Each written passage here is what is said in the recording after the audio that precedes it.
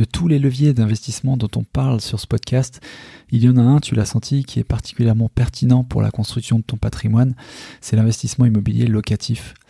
Et bien qu'il soit puissant, c'est aussi un type d'investissement qui demande du temps, on va pas se mentir, et qui peut faire peur tant il semble y avoir de paramètres à maîtriser.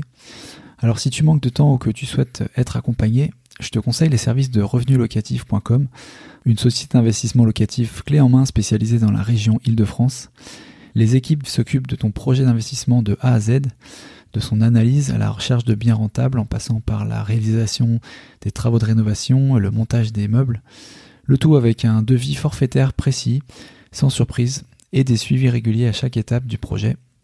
Je viens d'ailleurs de finaliser la mise en location d'un ensemble de 3 logements réalisés par Revenu Locatif et j'ai été très satisfait de la collaboration, en particulier de la capacité d'anticipation à la résolution des problèmes quand il y en a eu. J'ai aussi reçu des feedbacks très positifs d'auditeurs qui ont investi via la structure. Alors si ça t'intéresse, je t'invite à te rendre sur le site revenu avec un s-du-milieu locatif avec un s.com/action et à remplir le formulaire en n'oubliant pas, bien sûr, de mentionner que tu viens de ma part. Tu seras bien reçu.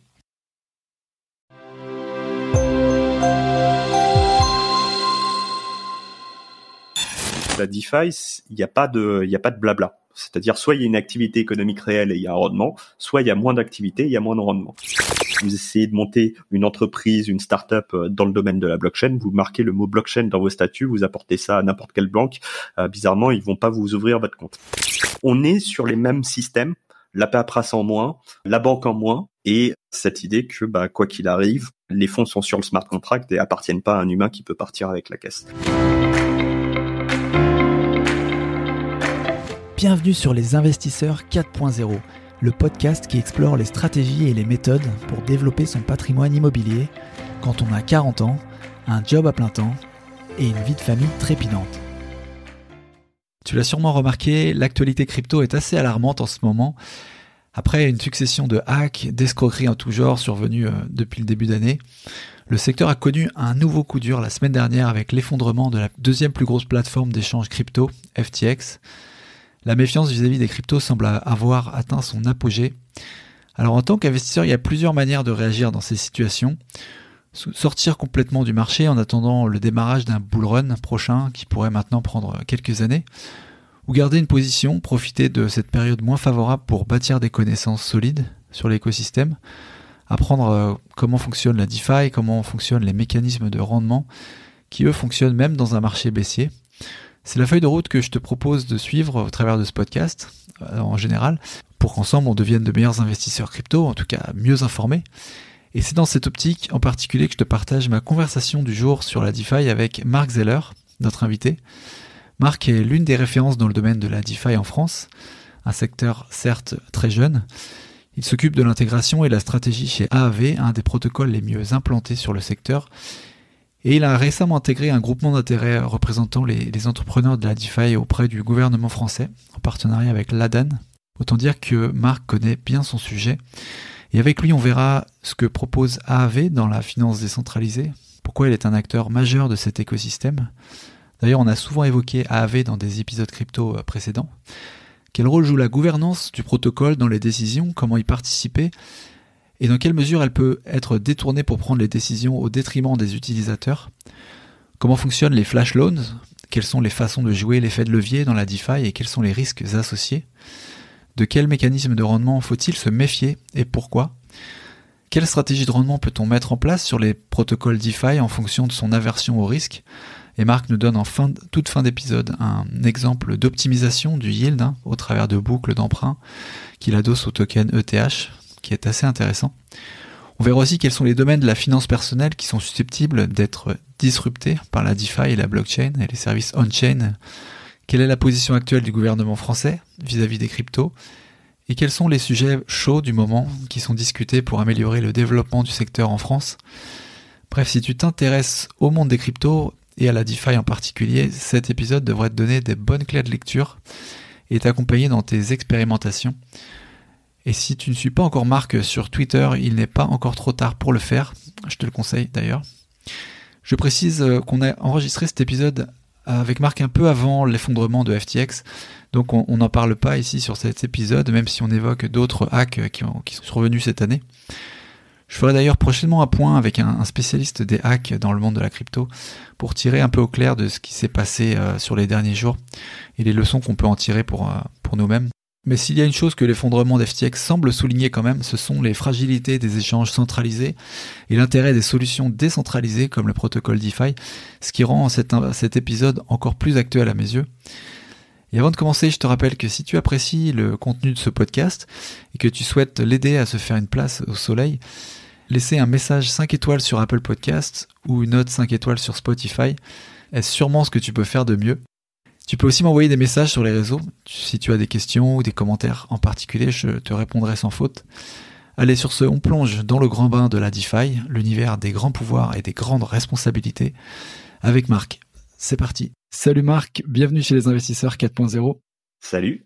Merci beaucoup d'être là avec nous pour parler un petit peu DeFi avec nous. Je vais te laisser peut-être te présenter avant d'attaquer un petit peu sur les sujets divers et variés qu'on pourrait découvrir. Je vais faire la version courte. Je suis Marc Zeller. Je travaille à AV depuis 2019. Je suis rentré de manière active dans l'écosystème en 2015 avec la création d'Ethereum France. À l'époque, ça s'appelait Asset. Et Ethereum France, on est connu pour l'organisation de l'ETHCC, qui est la plus grosse conférence Ethereum européenne. On en est à la 6e édition, si je dis pas de bêtises. Ouais, ça doit être ça. Les années défilent. Et chez AV, je m'occupe des intégrations et de la stratégie. Ce qui veut dire que, en concret, que j'ai des groupes Telegram avec à peu près tout le monde dans l'écosystème. Et on se tient informé de ce qu'on fait chez AV, ce que font les autres, et on essaye de trouver des synergies qui deviennent des friend charts, qui est une partie des choses pour lesquelles je suis connu, j'imagine, qui sont en fait des stratégies de finances décentralisées plus ou moins complexes qui vont permettre d'augmenter le rendement sur des investissements. Ouais, non, je voulais en parler, c'est super intéressant. Et juste pour te donner un peu le contexte, enfin, qui t'écoute en fait, qui nous écoute actuellement, on est plutôt une communauté, tu vois, d'investisseurs plutôt orientés IMO à la base, mais de plus en plus, on amène le sujet de crypto, et donc il y a vraiment des gens qui ont des connaissances aussi qui nous écoutent. Enfin, j'imagine. C'est bien, on va pouvoir parler de Realty, puisqu'on a un marché sur AV qui s'appelle Realty, qui permet en fait, si ton audience, ils doivent connaître ce que c'est une SCPI. Là, c'est pas tout à fait ça, mais en fait, on va pouvoir, c'est de la tokenisation de LLC, ça se passe aux États-Unis, qui représente des biens immobiliers qui sont dans l'investissement locatif. C'est des biens immobiliers sur la côte est des États-Unis la plupart du temps, et qui sont sous contrat sur l'État. Et donc il y a un rendement et un loyer qui est garanti par l'État, puisque c'est des biens souvent du parc social, enfin l'équivalent américain. Et donc ces tokens permettent d'avoir un rendement, puisque une part du loyer va être redistribuée par rapport au nombre de tokens. Un bien immobilier est subdivisé en plein de petits tokens, et on peut acheter, je crois que le prix d'accès, ça doit être entre 40 et 50 $, ça dépend des propriétés. Et en fait, ça, on a lancé un marché avec AV et Realty, où on peut utiliser du coup ces biens de propriété, enfin ces petites tokenisations de propriété, en collatéral pour pouvoir emprunter. Ça se passe sur Agnosis Chain, et ça fait partie des off-chain assets qu'on développe en ce moment. Donc voilà, on va parler de DeFi, mais si vous voulez, on reste un petit peu dans des trucs qui sont dans votre zone de confort, ceux qui nous écoutent. Yes, non, c'est super intéressant, et ouais, carrément, je voudrais bien en parler juste après, plus profond là-dedans, parce que c'est vraiment un truc, là on touche vraiment les sphères du monde physique. C'est ça que je trouve vraiment intéressant, et c'est là où je voulais t'emmener aussi. Peut-être avant de mettre vraiment, de se mettre vraiment là-dedans, dans la DeFi et ces applications. Juste un petit tour d'horizon sur toi, en fait, de ton parcours pour arriver à AV, parce que tu fais vraiment figure d'expert. Tu sais, les années crypto sont multipliées par 10 ou 12 comparé à des années réelles, donc tu as cette vision-là. Mais d'où tu viens, et ce qu'on s'imagine aussi, tu vois, les cryptos, pour les personnes qui sont pas dans l'écosystème, que c'est un truc de tech, c'est un truc d'ingénieur, c'est un truc matheux. Donc c'est intéressant d'avoir aussi ton parcours, et voilà, à partir du début où tu as commencé à connaître la crypto jusqu'à aujourd'hui. Oh, ça c'est un long parcours, mais là encore une fois, la version courte. Moi, je suis français, comme vous pouvez l'entendre. Je viens de la région parisienne, et puis Paris pour mes études. J'ai fait d'abord une prépa pas du tout tech, c'est ça qui est intéressant. Comme Stani Kulechov, qui est le créateur d'AV d'ailleurs, comme quoi tout peut mener à la crypto. Moi, j'ai fait d'abord une prépa, ça s'appelle une Hippocagne, qui s'appelle BL. Donc c'est des trucs littéraires, mais on aime bien les maths quand même. Et ensuite, j'ai fait du droit à Paris 1. Ça m'a très vite très ennuyé et j'étais passionné d'informatique à côté. Donc j'ai fait ça comme étude. Ces études me servent absolument à rien aujourd'hui. Enfin quoique, de temps en temps avoir des notions juridiques c'est plutôt pas mal. Mais ensuite j'ai fait un boulot avant la crypto qui était data scientist pour une entreprise qui faisait de l'audience pour les cinémas. Alors, un groupe, c'est de la data quoi. Et j'ai été recruté en 2016 chez Consensus pour faire de la recherche sur un truc qui était exotique à l'époque. Ça s'appelait les stablecoins. Alors maintenant c'est un peu moins exotique puisque c'est un marché de 150 milliards de dollars, mais à l'époque c'était vraiment est-ce qu'on pouvait faire de la crypto non spéculative qui serait quand même utile pour les traders qui recherchent un peu de stabilité pour se hedger ou alors simplement les gens qui sont dans un investissement pour un revenu passif mais non spéculatif. Parce que le Bitcoin c'est bien mais ça vaut 60 000 dollars, ça vaut 20 000 dollars, ça vaut 30 000 dollars, ça change tout le temps. Avoir une crypto-monnaie plutôt qu'un crypto actif. Certains, le Bitcoin se pense comme les deux, mais un stablecoin, ça se pense comme une crypto-monnaie. C'est-à-dire, ça sert à acheter des biens et des services ou à épargner. Donc, c'était un truc intéressant. J'ai fait ça jusqu'en 2017. Ensuite, j'ai rejoint la maison du Bitcoin qui est devenue Coinhouse, qui est le premier prestataire de services en actifs numériques, où je travaillais pour les investisseurs en tant qu'analyste. Donc en gros, les clients un peu premium et les gros portefeuilles chez Coinhouse accédaient à un service où j'analysais les projets en profondeur pour donner un avis. C'était pas du conseil en investissement, je disais pas acheter ou n'achetez pas, c'était de l'analyse pure. C'est-à-dire je produisais des rapports en disant voilà tel machin c'est ça, techniquement c'est sérieux, etc. Et après les investisseurs prenaient leurs propres décisions, puisque c'est très réglementé le conseil en investissement. Donc, tu as le droit de faire de l'analyse, mais tu peux pas dire mettez 1 million d'euros là-dedans. Donc, c'est un petit peu différent. Et ensuite, j'ai eu l'opportunité de rejoindre AV en 2019.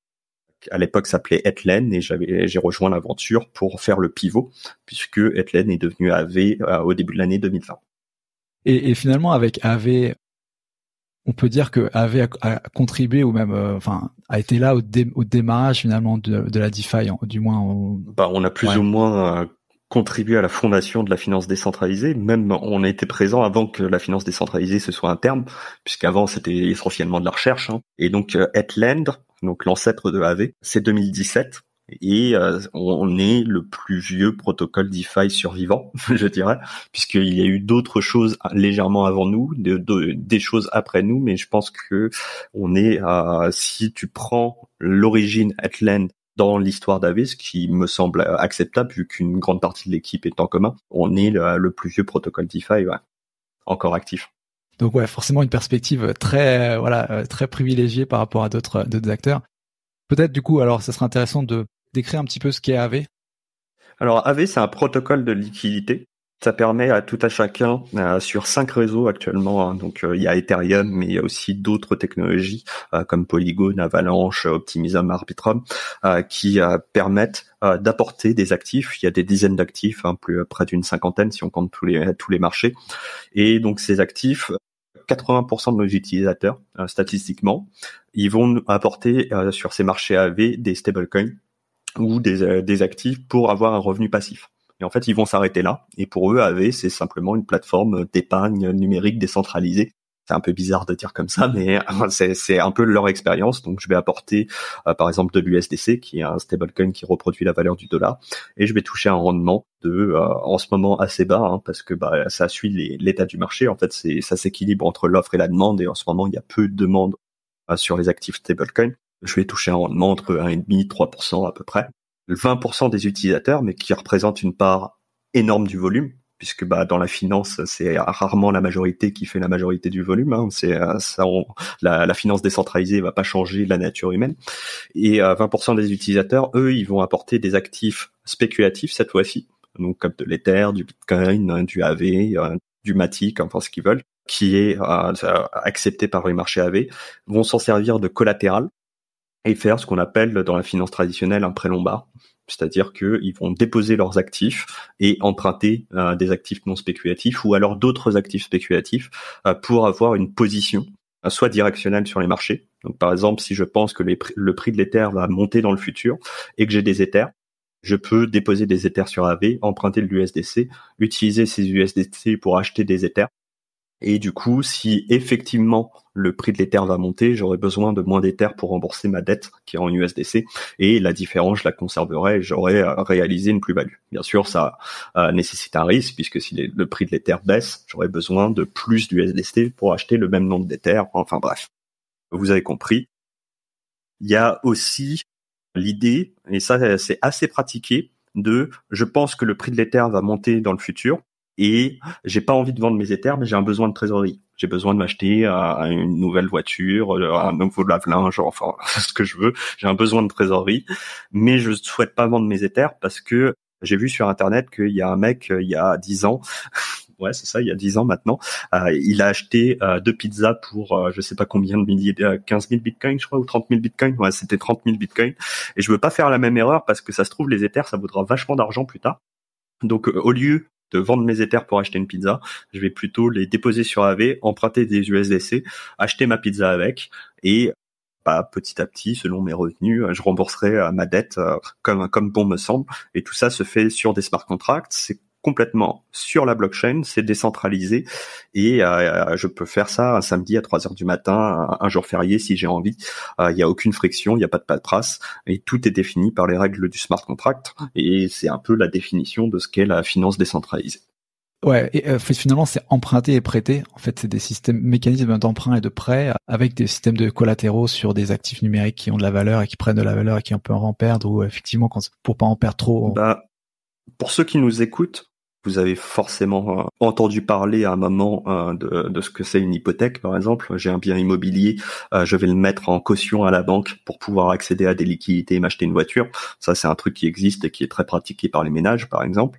Et une fois que j'ai remboursé le crédit de ma voiture, je récupère à 100% la liberté par rapport à mon bien immobilier, mais ça me permet de pas vendre ma maison pour pouvoir me financer une voiture.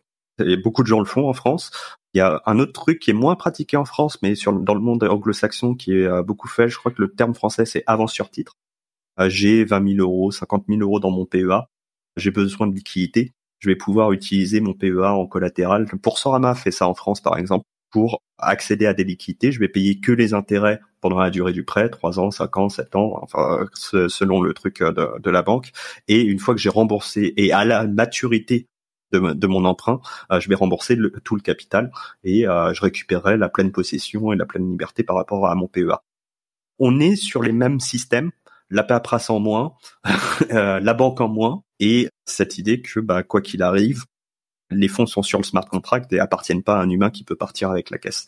Donc on est sur un système, on n'a pas réinventé l'eau chaude dans la finance décentralisée, mais par contre la manière de produire cette eau chaude est beaucoup plus efficiente que dans le monde traditionnel. Et il y a aussi possibilité de faire du levier également, c'est-à-dire tu vois dans l'immobilier notamment, un gros atout en fait de l'investissement immobilier, c'est de pouvoir investir avec de l'argent qui t'appartient pas, puisque c'est la banque qui te prête et toi tu fais rembourser ensuite et tu rembourses ton prêt avec les loyers des locataires que tu as mis en place. Il y a des systèmes aussi comme ça qui un peu plus sophistiqués que vous proposez sur AV ou dans d'autres protocoles ou... Alors, il y a des plateformes spécialisées qui construisent sur AV, c'est-à-dire c'est la liquidité d'AV et ça interagit avec les smart contracts d'AV, mais c'est des sites à part. Je pense que les deux exemples les plus connus dans l'écosystème, c'est DeFi Saver et Instadap, qui en fait permettent d'avoir des positions directionnelles plus avancées, puisqu'on a inventé un système chez AV qui maintenant est très utilisé dans l'écosystème, qui s'appelle les flash loans, qui permettent en une seule transaction de faire des actions complexes sur la blockchain. Alors je vais pas rentrer dans le détail technique des choses, mais c'est passionnant si ça vous intéresse. Il y a de la documentation technique qui est disponible, 100% accessible. En gros, ce qui se passe, c'est que tout à l'heure, on avait dit j'ai de l'Ether et je pense que le prix de l'Ether va monter. Je peux bien sûr utiliser mes Ethers, emprunter 50%, 60% de la valeur de mes Ethers en USDC, convertir ça en Ether, et ça va me faire un petit levier inférieur à un levier 2, donc ce serait un 1.5, 1.6, et c'est déjà une position directionnelle.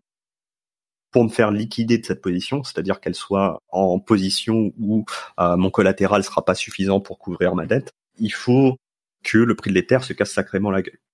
Si je pense que la volatilité sera moins violente et que je suis prêt à prendre plus de risques, je peux très bien déposer mes Ethers sur AV, emprunter de l'USDC, les convertir en Ether. Et là, je peux redéposer ces Ethers que je viens de convertir sur AV. Et donc, mon collatéral va augmenter mécaniquement de valeur, ce qui va me donner plus de levier d'emprunt. Et donc, réemprunter des USDC avec cette nouvelle capacité d'emprunt, les convertir en Ether, les redéposer, etc., etc. Et en fait, la formule pour ça, elle est toute simple. À 80% de loan to value, c'est-à-dire j'ai le droit d'emprunter jusqu'à 80% de la valeur de mon collatéral. Le levier maximum théorique, il est de x3. À 95%, il est beaucoup plus haut, près de x20, etc., etc. Donc il y a des protocoles qui permettent d'avoir ces effets directionnels plus forts, que ce soit à la hausse ou à la baisse des actifs. Mais là, je tiens à rappeler à ceux qui nous écoutent, plus on va avoir un effet de levier, plus il sera facile de se mettre en position de liquidation et du coup d'avoir des pertes de fonds. Donc faites bien attention à vous, c'est pas des conseils en investissement, on décrit des mécanismes, on n'est pas en train de vous les vendre. Le truc aussi que je veux voir avec toi, c'est à quel point quand on utilise AV, on a une certaine sécurité. Parce que j'entends beaucoup de protocoles effectivement qui se pluguent sur AV, on parle de Realty, enfin il y a d'autres qui utilisent en fait cette plateforme. Qu'est-ce qui aujourd'hui conforte l'investisseur dans le fait de dire que les fonds qui sont un peu investis, placés ou la liquidité apportée sur ce protocole et sur cette plateforme, elle est sûre et peut-être à différence ou en contraste avec d'autres qui ont peut-être échoué. Et tu sais, on a entendu pas mal de de choses qui ont craché récemment. Donc voilà. AV, déjà la première chose, c'est la sécurité des utilisateurs, c'est une culture. C'est-à-dire modifier le protocole sans faire auditer par une société d'audit indépendante, pour moi, c'est une mauvaise pratique qui malheureusement existe encore dans l'écosystème. Mais on peut comprendre, parce que en fait, c'est toujours, quand on écrit de l'applicatif, c'est toujours une balance entre la flexibilité et la sécurité. Et toute personne qui nous écoute, qui a fait de l'informatique, sait bien que si on veut que ça aille vite, il faut faire des concessions sur la sécurité, et inversement, si on veut renforcer la sécurité, il faut faire des concessions sur la flexibilité. AV, on est dans ce spectre entre très flexible et très sûr, on est plus proche de la borne de la sécurité, ce qui fait que le protocole évolue, bien sûr, et on continue d'ajouter de nouvelles fonctionnalités, mais on est le protocole le plus audité de la finance décentralisée. On a eu 7 audits de sociétés indépendantes qui ont déployé plusieurs ingénieurs pendant plusieurs semaines à travailler là-dessus. C'est un énorme coût. Sur la V3 d'AV, qui est la dernière version en date, le budget d'audit de sécurité était de 1,6 million de dollars. Donc c'est beaucoup d'argent, mais cet investissement et ce focus-là a produit des résultats qui, pour l'instant, et on touche du bois, il y en a pas autour de moi, mais on fera comme si, fait que pour l'instant, personne n'a perdu $1 sur AV, sauf ceux qui ont pris une position directionnelle et qui se sont trompés, mais ça, c'est la faute au marché. Et a priori, il fait ce qu'il veut, et malheureusement, c'est pas nous qui allons changer le marché. Ouais, parce que en fait, AV fournit l'infrastructure. Après, vous démerdez. Voilà. Les règles, elles sont là. Et voilà. Après, 80% des utilisateurs, eux, ils ont jamais perdu d'argent. Au contraire, ils en ont gagné. Pourquoi? Parce que j'ai dit statistiquement, et ça, c'est un truc qui est avéré sur la blockchain, n'empruntent pas. C'est 80% des utilisateurs d'AV empruntent pas. Et si vous empruntez pas, a priori, votre risque de perte, il est minime, voire de zéro, puisque la seule possibilité de perdre de l'argent, ce serait un échec du protocole, un hack ou un truc comme ça. Et on fait tout ce qui est humainement possible pour protéger les utilisateurs, et on a déployé les plus gros budgets de l'écosystème pour ça. Pour l'instant, ça a fait de bons résultats, mais le risque zéro n'existe pas. On continuera d'avoir cette politique de très haut niveau d'exigence de sécurité, les plus hauts de l'écosystème, les plus hauts de l'industrie, mais le risque zéro n'existe pas. On espère que ça n'arrivera pas, mais c'est, tu sais, travailler dans des smart contracts, c'est un peu comme travailler dans envoyer des fusées dans l'espace, c'est-à-dire qu'il y a plein de gens qui vérifient, revérifient, mais parfois la fusée explose. Et déployer un smart contract, c'est un peu envoyer une fusée dans l'espace. Une fois qu'elle est dans l'atmosphère, normalement tout va bien, mais ça n'empêche pas, même si tu as bien vérifié et que tu avais un énorme budget pour la sécurité, de transpirer pendant ces 3 minutes entre le moment où tu allumes les moteurs et c'est enfin dans la stratosphère. C'est clair, ça me rappelle le documentaire sur Netflix là avec Elon Musk et on voit la tension des gars, tu vois, dans les salles des machines, c'est un truc de folie. Mais peut-être on va dire la différence dans cet exemple, c'est que tu vois, Elon il peut crasher plusieurs ça fait partie de son business model. Je suis pas sûr que AV peut crasher une fois ou deux, tu vois, en termes de répute, c'est ça qui est. Ah non, nous on n'a pas le droit à l'erreur. Mais en même temps, tu vois, une fois que ta fusée elle est partie, tu vas pas la ramener, tu vois. S'il y a un boulon qui est mal serré, tu vas pas envoyer quelqu'un avec sa clé anglaise. C'est un peu la même chose déployée sur la blockchain. Donc, une fois que c'est déployé, c'est déployé. Et c'est très très très difficile de corriger une erreur. Et du coup, on a cette responsabilité qu'il ne doit pas y avoir d'erreur. C'est extrêmement dur. Certains dans l'informatique diraient que c'est impossible. Pour l'instant, ces dernières années, on a réussi. On va tout faire humainement pour que ça continue comme ça, quoi.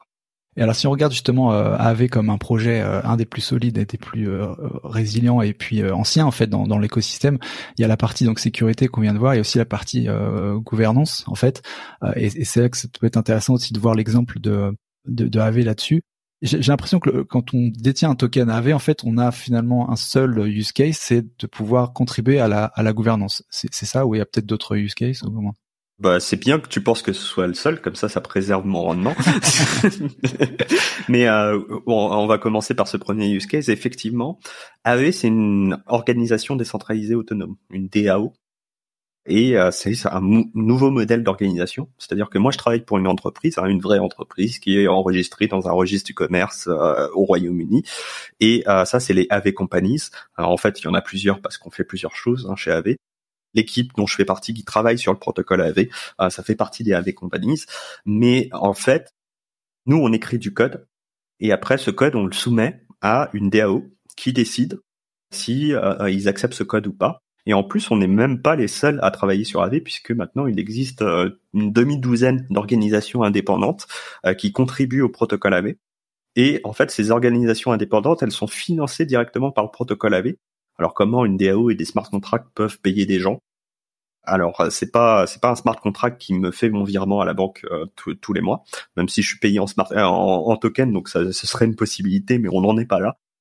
En fait, ce qui se passe, c'est qu'il y a ce qu'on appelle des AIP, AV Improvement Proposal, qui sont des propositions sur un smart contract particulier qui s'appelle un smart contract de gouvernance, qui va venir modifier le protocole ou utiliser des fonds du protocole. Et d'où vient l'argent? C'est pas de l'argent magique, c'est de l'argent qui est produit par une ponction minime des frais sur les intérêts qui sont payés par les gens qui empruntent sur AV. Lorsque vous empruntez des USDC sur AV, vous allez payer un taux d'intérêt. La grande partie, plus de 90% de ces taux d'intérêt vont aller aux gens qui vont apporter des USDC sur AV, c'est leur revenu passif. Et donc, eux aussi, leur revenu, il sort pas de nulle part, c'est de l'économie réelle, c'est-à-dire, s'il y a personne qui emprunte, les taux sont bas, voire de zéro. S'il y a plein de gens qui empruntent, les taux sont plus élevés. Et d'ailleurs, c'est ce qu'on a observé. Quand les marchés étaient très optimistes, les taux de rendement sur les stablecoins étaient très élevés parce que les gens étaient très contents de payer 10% de taux d'intérêt quand toutes les tokens doublaient. Si on vous dit je te prête 1000 euros pour acheter un truc qui va doubler en valeur, mais tu dois me rendre 1100 euros, t'es un peu plus prêt à accepter ce deal quand effectivement t'as vu plein de tokens faire ça la semaine dernière, plutôt que quand t'as vu les tokens perdre 90% de leur valeur. Et donc, on est exactement dans la situation inverse en ce moment. Les tokens perdent de la valeur. Est-ce que ça va continuer? Est-ce qu'on est au bottom? Ça, je laisserai les oracles et les voyantes et les cartomanciennes donner leur avis là-dessus. Mais aujourd'hui, le marché est moins chaud pour aller emprunter des fonds pour acheter des tokens. Et du coup, les taux d'intérêt sont plus bas. Moi, je trouve ça assez intéressant parce que la DeFi, il n'y a pas de blabla. C'est-à-dire, soit il y a une activité économique réelle et il y a un rendement, soit il y a moins d'activité et il y a moins de rendement. Et tout est automatisé et il n'y a pas de subvention, d'ajustement, de tricherie sur les taux. Si vous êtes payé beaucoup, c'est qu'il y a une activité forte. Si vous êtes payé moins, c'est qu'il y a une activité plus faible. Donc, une partie de ces taux d'intérêt sont versés directement au smart contract de la DAO, qui a gagné depuis la V1 d'AV environ 65 ou 70 millions de dollars.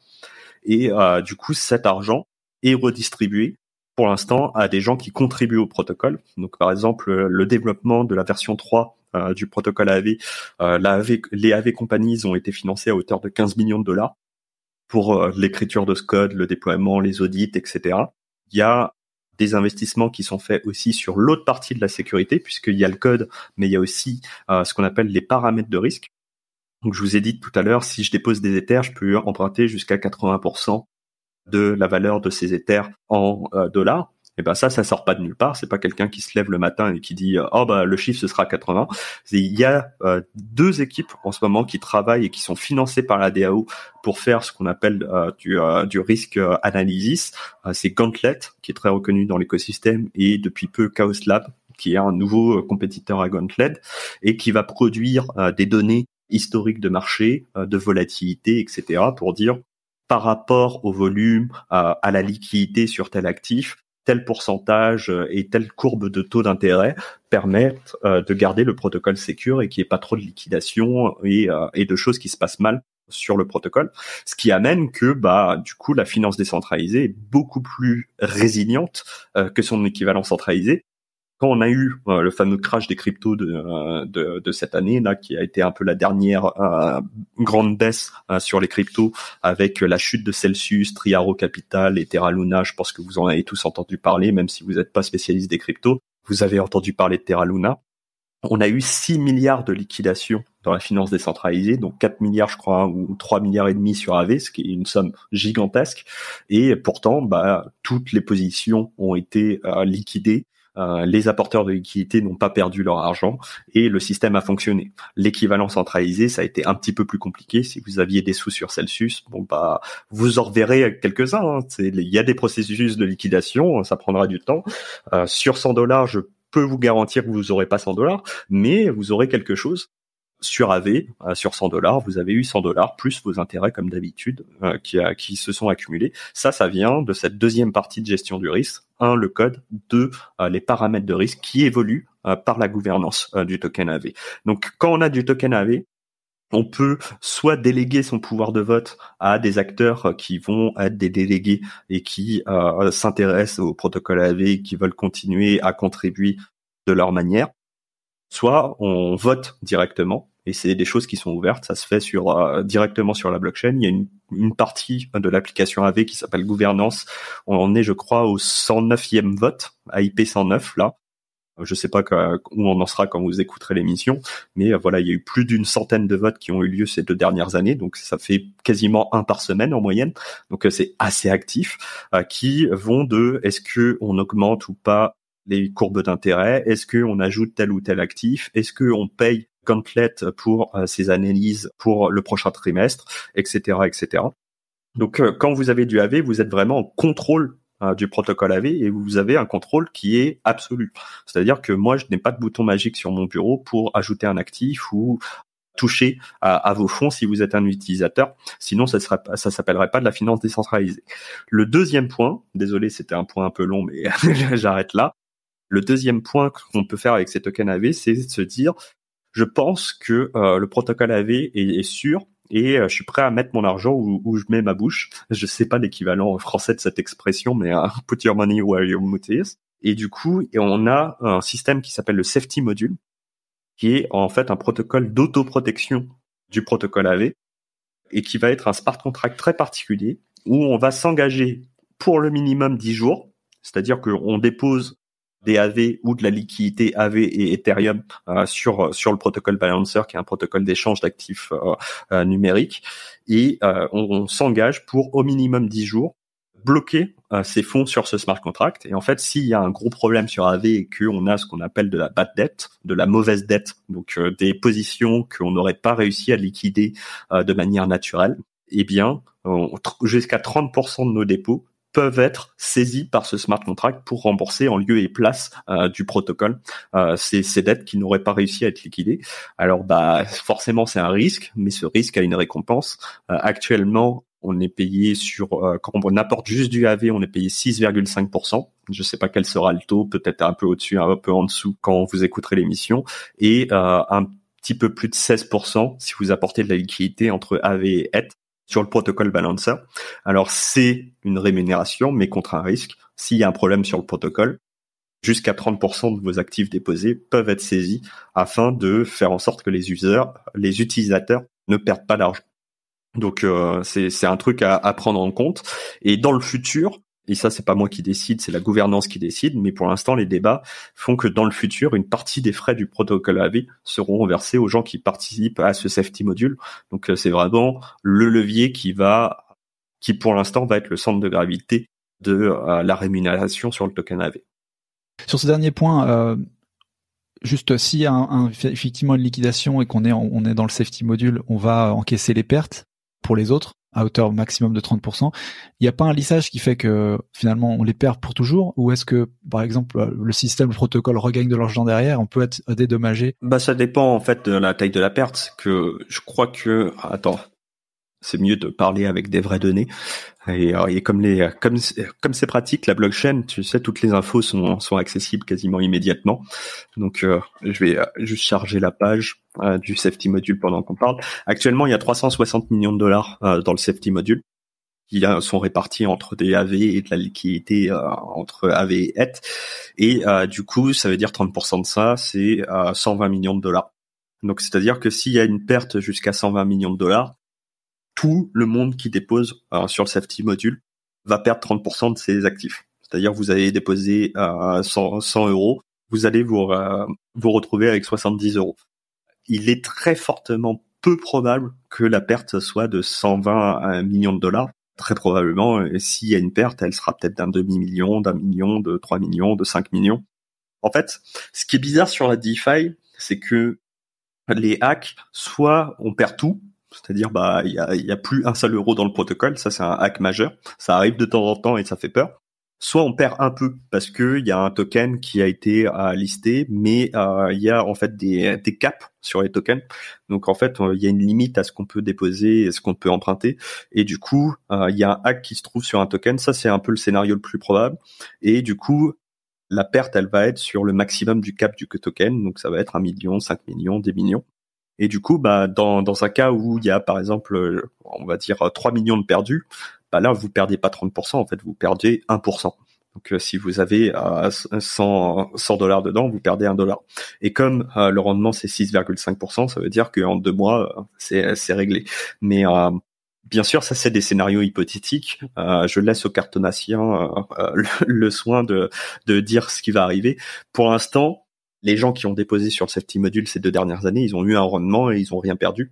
Il n'y a jamais eu d'utilisation du safety module jusqu'à présent.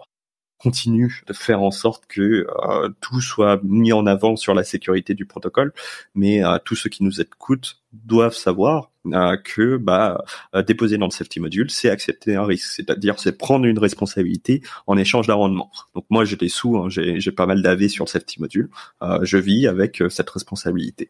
Pour l'instant, je dors tranquillement, mais c'est un jour, je me réveillerai peut-être avec la gueule de bois. C'est la vie. Sachant qu'ici, quand on parle de perte, on parle vraiment de hack du système, pas de perte de valeur des tokens que nous individuellement on pourrait subir, quoi. C'est vraiment le système, le truc systémique, quoi. De toute façon, toute personne qui essayerait de vous dire vous inquiétez pas, j'ai trouvé la formule magique et moi ça pèse jamais, on fait que gagner des sous et il y a aucun risque, il est en train de vous arnaquer, il n'y a pas d'exception à ça. Ouais, c'est clair. Dans un instant, on verra avec Marc comment fonctionne la gouvernance de AAV et les garanties qu'il existe pour préserver les intérêts des utilisateurs, quels sont les protocoles de rendement qu'il faut éviter et les moyens de doubler son rendement en limitant les risques de liquidation. À tout de suite. Le problème avec le format podcast, c'est le manque d'interactivité avec les gens qui t'écoutent. Pour te donner une idée, si tu veux commenter l'épisode que tu es en train d'écouter, peu d'options s'offrent à toi. Tu peux laisser un avis sur Apple Podcast ou m'envoyer un message sur Instagram ou par email, mais c'est quand même pas très pratique ni vraiment très spontané. Pour corriger ce problème, créer de l'interactivité avec cette belle communauté dont tu fais partie, toi fidèle auditorice, j'ai lancé il y a quelques mois la chaîne YouTube des investisseurs 4.0. Tu trouveras sur la chaîne tous les épisodes passés du podcast en version audio, les interviews des nouveaux podcasts au format vidéo et les vidéos des sessions live questions-réponses qu'on organise de temps à autre et que je vais relancer de façon plus régulière maintenant. Alors si ce programme t'intéresse et que tu veux faire partie de l'aventure, je t'invite à te rendre sur la chaîne YouTube quand tu peux et à t'abonner. Ça me ferait un grand plaisir de t'y retrouver et d'interagir plus directement avec toi. À très bientôt sur la chaîne. Et alors, juste donc du coup, j'ai un token. On comprend bien que j'ai le droit de voter. Je peux déléguer ce vote à quelqu'un d'autre. Je peux décider ou non d'avoir un rendement plus ou moins supérieur à la liquidité que j'ai posée, si je veux être dans le safety model ou non. Sur l'aspect gouvernance, parce que c'est intéressant, je trouve aussi, quand on a un token, on est aussi un peu tributaire des décisions que la gouvernance va prendre, en fait, même si nous, on a une voix, on a qu'une voix, finalement, ça peut aller dans une direction différente, une orientation stratégique qui fait que, la valeur de mon token va baisser ou que je me mets en risque, en fait, tout simplement, même si moi, j'ai pas été d'accord avec ça. Alors, effectivement, la beauté, et tu expliquais, la beauté du truc, c'est que tout est transparent et il n'y a pas de corruption possible, a priori, ou d'influence possible, mais j'ai quand même un doute sur le système même, c'est-à-dire que, la proposition, la IP est arrivée et on peut voter oui ou non, d'accord, pas d'accord, mais la personne qui va proposer cette orientation stratégique, elle a une influence, t'es d'accord, sur l'orientation quand même. Et du coup, comment elle peut être née en fait? Comment, qui fait la proposition, dans quel ordre, comment ça se passe? N'importe qui peut le faire. Aujourd'hui, il existe 3 leviers de gouvernance, et en fait, c'est un peu un système en entonnoir, parce que t'imagines bien que demander à tous les token holders, et je pourrais demain me lever le matin et dire tiens, et si le logo d'AV devenait bleu, tu vois. Ouais, c'est ça. Et en soi, ça peut être une question qui intéresse des gens, mais je pense pas que ce soit un truc critique qui ait besoin d'appeler tous les token holders, ou en tout cas de créer une AIP. Donc il y a un système en entonnoir à 3 niveaux. Le premier niveau, il est complètement libre. N'importe qui peut aller sur gouvernance.av.com, et tant qu'il respecte la charte, c'est-à-dire que il y a quand même un format, il faut respecter un petit peu le standard, mais tant qu'il respecte la charte, il peut proposer n'importe quoi. C'est ce qu'on appelle ARC, AV Request for Comment. Donc ça, c'est créer un post sur le forum de gouvernance et détailler un peu son idée. Ça, c'est l'étage 1, qui est ouvert à tous, sans restriction. Quand une proposition a un petit peu de consensus, les gens commencent à dire, et pour l'instant, il n'y a aucun token en jeu, donc on peut participer au forum de gouvernance même si on a 0 AV. Ça pose aucun souci. Tout le monde est le bienvenu tant que la charte est respectée. Le deuxième niveau, ça va être le snapshot. Snapshot, c'est un système de sondage qui se passe sur la blockchain, enfin qui va utiliser des données de la blockchain, mais qui est pas entériné et notarisé sur la blockchain pour des raisons de coût, puisque tout ce qu'on fait sur la blockchain, ça coûte de l'argent. Et donc là, pour que ça reste gratuit, ça utilise des données de la blockchain, mais c'est pas enregistré sur cette blockchain, donc ça reste un système de sondage, et non, il n'y a pas d'enforcement. Et ça, n'importe qui peut créer une proposition là, mais il faut 50 AV. 50 AV, ça fait à peu près 4500 € ou 4000 € au cours actuel. Donc ça commence à limiter des gens, mais ça reste accessible. Il y a beaucoup de gens qui peuvent se permettre d'avoir cette somme-là en AV pour créer une proposition, mais ça fait un premier filtre. Et donc ça va être un sondage. Et donc il y a des formats aussi, il y a des standards selon est-ce qu'on veut changer des paramètres, est-ce qu'on veut ajouter un nouveau actif, va y avoir des systèmes de quorum. Et donc par exemple pour changer quelque chose sur l'interface utilisateur d'AV, ce quorum ça va être relativement bas, 80 000 AV. Pour ajouter un nouveau token, ça va être un peu plus haut, 320 000 AV. Mais si on atteint le quorum à ce stade-là, alors on peut escalader au 3e niveau de gouvernance qui là est sur la blockchain. Donc là, il n'y a plus aucun être humain, il n'y a plus de censure possible, il n'y a plus de limitation, etc. Donc c'est vraiment sur la blockchain. Et en plus, si ça passe, les smart contracts sont effectivement modifiés. Et là, par contre, c'est limité. Il faut 80 000 AV pour créer une proposition. Et donc 80 000 AV, c'est ça doit être 10 millions de dollars au cours actuel. Et donc là, c'est limité soit aux gens qui sont très très riches, soit aux gens qui sont très actifs. Et du coup, on fait, et ça c'est une partie du forum de gouvernance, une plateforme de délégation. Donc c'est un peu comme de la politique, ils ont créé leur mini-parti dans la gouvernance AV, et ils ont dit, moi je participe, j'ai des idées, je veux contribuer. Si vous pensez que mes contributions jusqu'à aujourd'hui c'est pas trop stupide, vous pouvez déléguer votre pouvoir de vote sur mon adresse, et si ces personnes ou ces entités atteignent ce pouvoir de vote et de proposition de 80 000 AV, ils peuvent directement créer sur la blockchain des votes. Et ces votes ont aussi des systèmes de quorum. Donc, par exemple, 320 000 AV pour ajouter un actif ou modifier des choses. Et si on atteint le stade de vote et qu'il y a un différentiel, c'est-à-dire que il n'y a pas genre 49% de non et 51% de oui, il y a des différentiels minimums selon le type de vote, alors le protocole est modifié. Donc vraiment, il y a ce système en entonnoir qui permet à tout à chacun de rentrer dans le système, mais il va y avoir plusieurs effets de filtre pour que on n'est pas 100 votes par semaine, mais seulement 1 par semaine en moyenne, ce qui est déjà bien actif. Si on avait 100 par semaine, même moi, dont c'est le métier, qui passe 10 heures par jour à le faire, ça me saoulerait, personnellement. T'as d'autres choses à foutre, j'imagine. J'ai d'autres choses à foutre. Mais 1 par semaine, c'est plutôt bien. On peut aller se focus et bien pencher les pour et contre de la proposition, quoi. Alors ça donne quand même du pouvoir à ceux qui ont le plus de détention, enfin de tokens. On est d'accord quand même sur la fin. Ou ceux qui il y a plusieurs cas comme ça, de gens qui n'ont pas beaucoup d'AV personnellement. Alors pas beaucoup, ça dépend de la vision de chacun, mais qui se retrouvent du coup avec des pouvoirs de vote relativement importants parce que ils sont assez actifs dans la gouvernance. Je pense, et ça c'est un truc qui se fait beaucoup dans la finance décentralisée, c'est un peu la culture américaine. En fait, ce qu'on appelle les Ivy League, qui seront l'équivalent en France des grandes écoles aux États-Unis, elles ont un système qui est très bien vu là-bas de clubs. Et en fait, maintenant, depuis plusieurs années, elles ont des blockchain clubs. Donc, c'est des étudiants qui souvent font des masters en finance ou des trucs comme ça, qui se sont un petit peu pris de passion pour la crypto. Et par exemple, l'un des plus gros délégués en ce moment, c'est l'université de Franklin. Je me souviens pas, mais c'est une grande université aux États-Unis et ils ont 95 000 AV de pouvoir de vote, donc ça représente beaucoup. Je peux te dire, les gars, c'est des étudiants. Alors certes, aux États-Unis, faut pas être smicard pour aller dans une grande école. Malheureusement, l'éducation est pas si accessible que ça, même s'il y a un système de bourse comme chez nous. Mais je peux vous garantir que généralement, les gars qui ont 20, 22 ans, 25 ans, ils ont pas 15 millions de dollars d'actifs. Donc c'est vraiment quasiment à 100% de la délégation. Donc c'est des gros token holders qui ont dit ils sont pas trop bêtes, ils sont étudiants donc ils ont plein de temps pour se focus là-dessus, ça fait partie de leur machin et surtout quand on va dans les délégués de plateforme. Et ça, c'est un truc intéressant à explorer, c'est que les gars, à chaque fois qu'ils votent, ils expliquent pourquoi ils ont voté. J'ai voté oui parce que je pense que blablabla, j'ai voté non parce que je pense. Et du coup, peut y avoir un suivi. Et si, par exemple, on n'est pas d'accord, c'est vraiment ce qu'on appelle une démocratie liquide, dans ce sens-là, ou représentative, mais liquide, ou si on pense que, j'aimais bien ce délégué, mais ça fait 3 fois qu'il vote et je trouve que c'est complètement débile sa manière de voter, ils ont peut-être changé de direction, mais ça me convient plus, on peut en un seul clic retirer son pouvoir de vote à quelqu'un et l'envoyer à quelqu'un d'autre ou se le garder pour soi. Ok, c'est super intéressant. On a du mal à imaginer les patrons de JP Morgan ou Morgan Stanley délégués du pouvoir de vote sur les décisions à des académiques. Tu vois, c'est pas encore trop ça, quoi. Je pense que ça ferait du bien. Pour l'instant, ça fait 2 ans que ça fonctionne comme ça. C'est très nouveau, comme système d'organisation.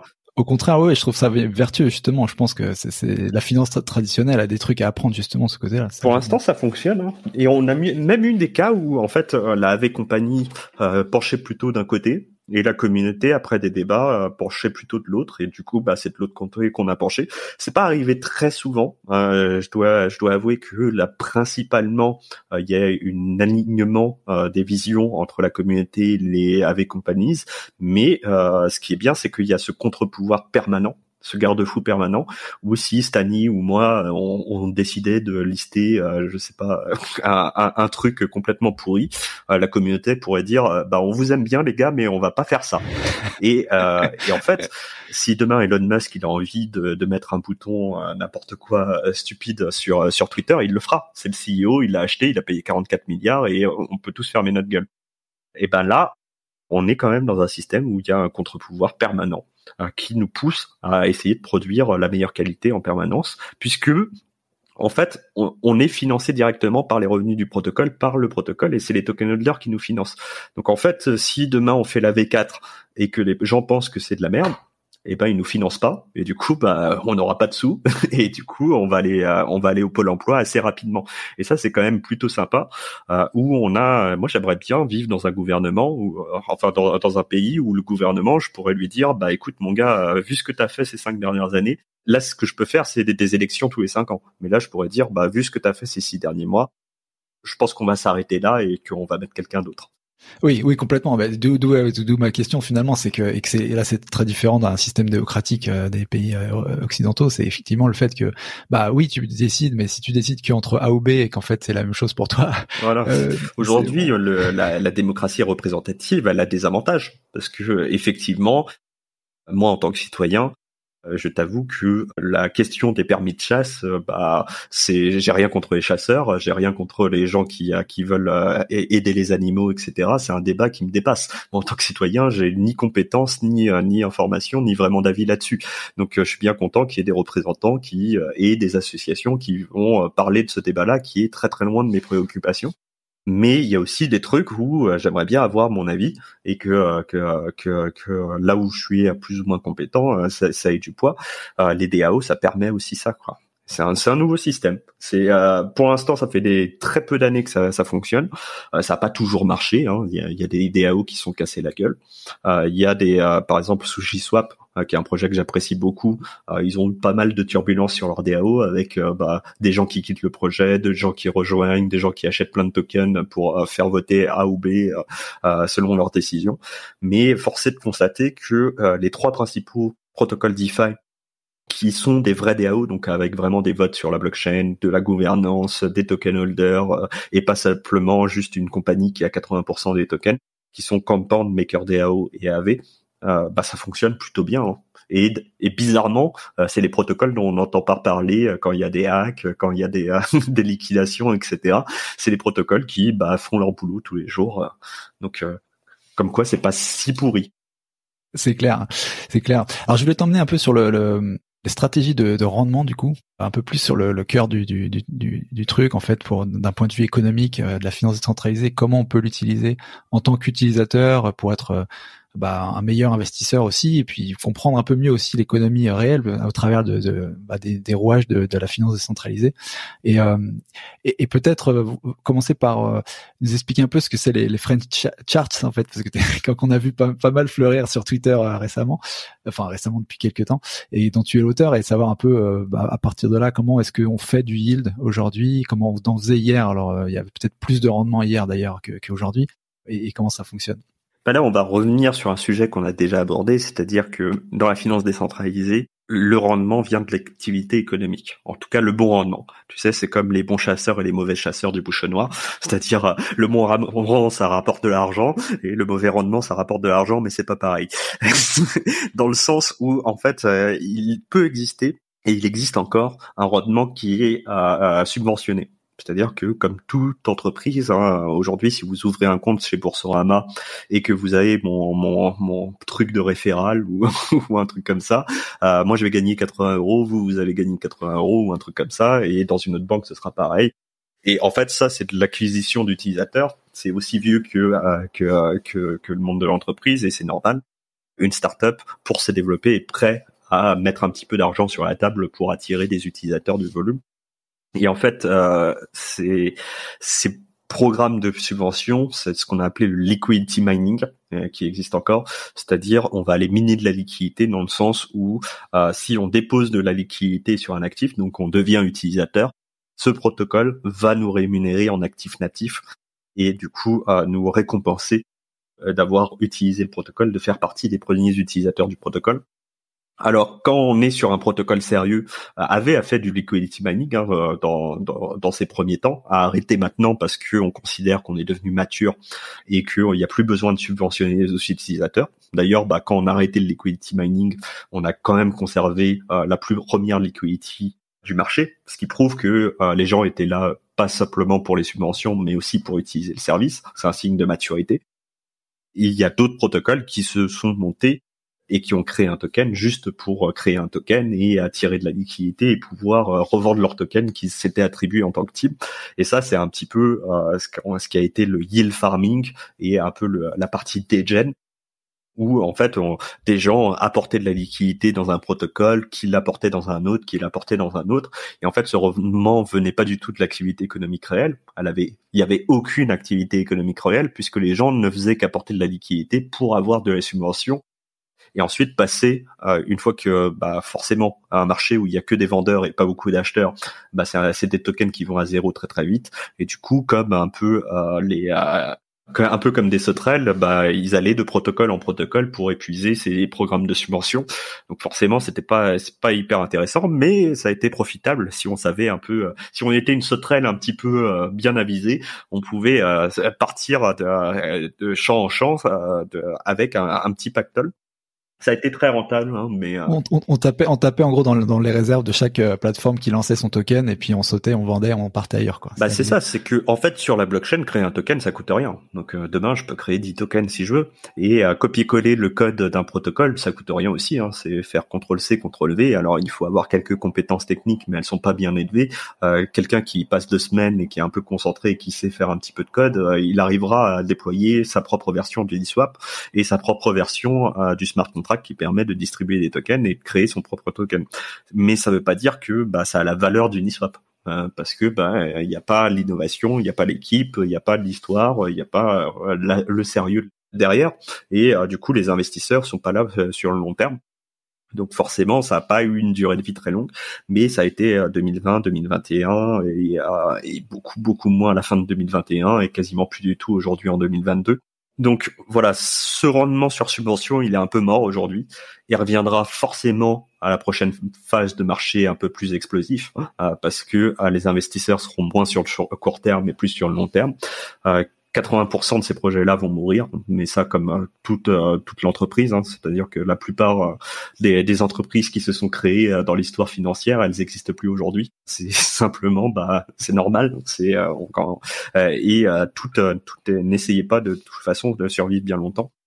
Mais il existe encore aujourd'hui des mécanismes qui vont apporter de la liquidité dans un protocole, puis dans un autre, puis dans un autre, et à avoir un petit peu des stratégies. Et ça va se baser sur maximiser son entrée et son capital sur une combinaison de protocoles qui ont une économie réelle, et du coup, forcément un rendement qui sera moins flashy, hein, ça va pas être les taux à 800% qu'on a vu. Mais moi, je préfère avoir 5%, 7%, 8%, 12% sur le long terme. En tout cas, avec des choses que je peux laisser traîner pendant des mois et puis changer que de temps en temps pour optimiser, plutôt que d'avoir des taux énormes, mais 9 chances sur 10 de perdre tout mon argent parce que la personne qui a créé le protocole part avec la caisse. Donc c'est à chacun de voir. Mais du coup, le French chart, ça va être vraiment ça va être ces stratégies optimisées qui vont permettre d'optimiser le rendement. Donc, j'ai 2 exemples qui sont simples et accessibles un peu à tout le monde. Par exemple, si vous pensez que le prix de l'Ether va être au moins stable dans le futur, Instadapp, ils ont mis un service qui utilise Aave et qui fait exactement ce que je vous ai décrit plus tôt dans l'émission.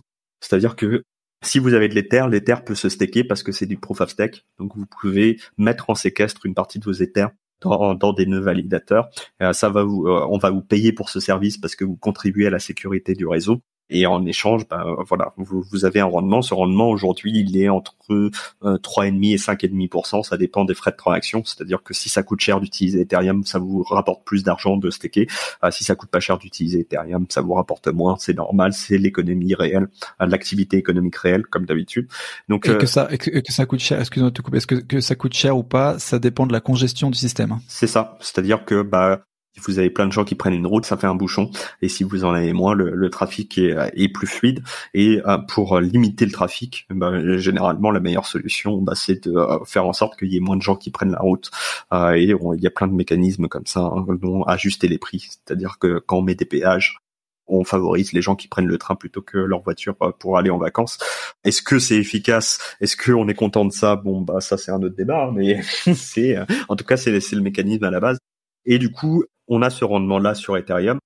Et il y a des entreprises qui sont spécialisées, donc pas besoin de faire tourner du matériel spécial pour staker et avoir ce minimum de 32 Ethers qui au cours actuel représente plus de 50 000 euros. On a une société comme Lido qui permet d'échanger des Ethers contre un autre actif qui s'appelle le STETH, qui veut dire Stake Ether, donc de l'Ether staké. Et du coup, ces Ethers vont directement porter le rendement puisque en fait c'est un coupon d'échange contre des Ethers qui ont été stakés dans des validateurs sous forme de RC20. Vous pouvez utiliser ces actifs comme collatéral sur Aave. Donc c'est-à-dire que si le prix de l'Ether est parfaitement stable pendant 1 an, ce qui est absolument impossible, mais faisons cette expérience de pensée, que vous avez acheté $1,000 de stake Ether, dans 1 an, vous aurez $1,050 de stake Ether parce que vous avez 5% de stake Ether en plus. Et du coup, vous pouvez utiliser ça en collatéral pour emprunter des Ethers. Du coup, vous avez un collatéral dont la valeur est indexée sur le prix de l'Ether. et qui augmente au fil du temps, le stake Ether. Vous avez une dette dont la valeur est en Ether. Donc l'unité de compte des deux actifs, ça va être l'Ether. Donc vous n'avez pas de risque de volatilité. C'est-à-dire que si le prix de l'Ether descend, vous allez perdre de l'argent en dollars, puisque vos Ethers vaudront moins de dollars, mais vous avez toujours le même nombre d'Ethers.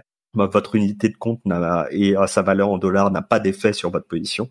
Et du coup, ces Ethers que vous empruntez, vous pouvez les échanger contre des STETH, qui vous donnera plus de pouvoir de collatération, qui vous permettent d'emprunter plus d'Ethers. Et en fait, vous êtes dans une position avec levier qui est insensible aux variations de prix. Donc c'est quelque chose qui a très très peu de chances de liquidation. La seule possibilité de liquidation, c'est que plein de gens empruntent de l'Ether, donc le taux d'intérêt de l'Ether augmente au point où il devient supérieur à votre rendement du staking de l'Ether. Donc ça, c'est arrivé une seule fois dans l'histoire, c'est quand il y a eu le fameux merge où des gens ont raté plein d'Ethers pour pouvoir avoir des Ethereum Proof of Work. Bon, c'est une histoire qui s'est mal finie pour eux, mais bon, ils ont essayé, ils ont joué, ils ont perdu. Généralement, le coût d'emprunt de l'Ether est pas si élevé. Et en fait, un startup va vous permettre de faire une boucle de levier comme ça. Donc des stake Ether qui deviennent des Ethers, qui deviennent des stake Ether, qui deviennent des Ethers, etc. jusqu'à avoir un effet de levier. Et au lieu d'avoir un rendement à 3,5, 5,5%, vous allez avoir un rendement entre 8 et 12%. Je crois qu'actuellement c'est 10%. Donc vous doublez votre rendement sur le staking d'Ether. Et si vous pensez que le prix de l'Ether va être au moins stable, voire augmenter, c'est quelque chose qui est profitable. Donc c'est une optimisation. Ça a l'air tout con comme ça. C'est en gros, vous avez de l'Ether, vous empruntez de l'Ether.